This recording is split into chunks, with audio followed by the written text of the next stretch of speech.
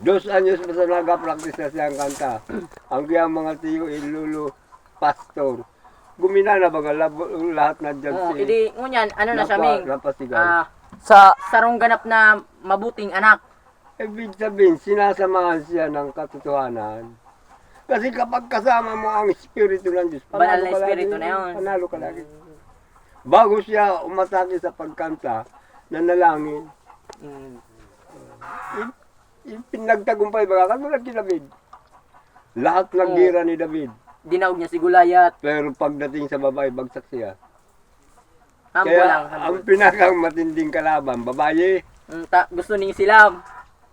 Kaya kang patibungon ng babae. Mapahiling siyang patay sa mo, titirahin ka nan. Lalo na kung pangiti-ngiti. Kaya mag-ingat ka sa babae.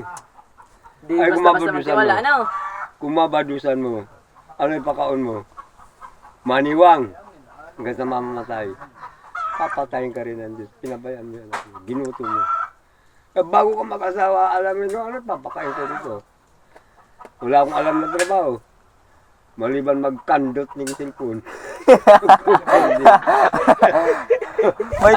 may point siya, may point. Ano makukuha mo na sa cellphone yan. Scatter, di ka dyan makukuha namin. Ang sim-